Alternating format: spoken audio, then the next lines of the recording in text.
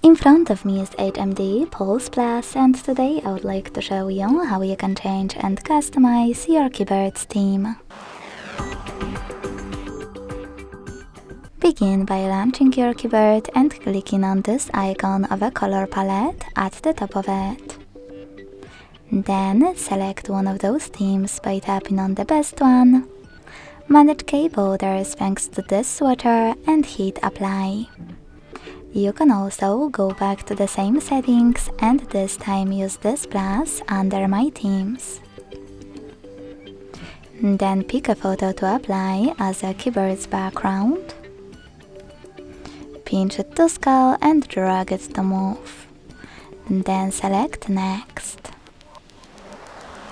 Adjust brightness by swiping left or right. Hit done.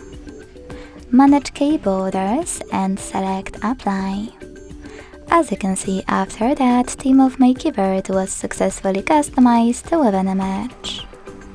Thanks so much for watching. If you enjoyed this video, leave a like, comment and subscribe.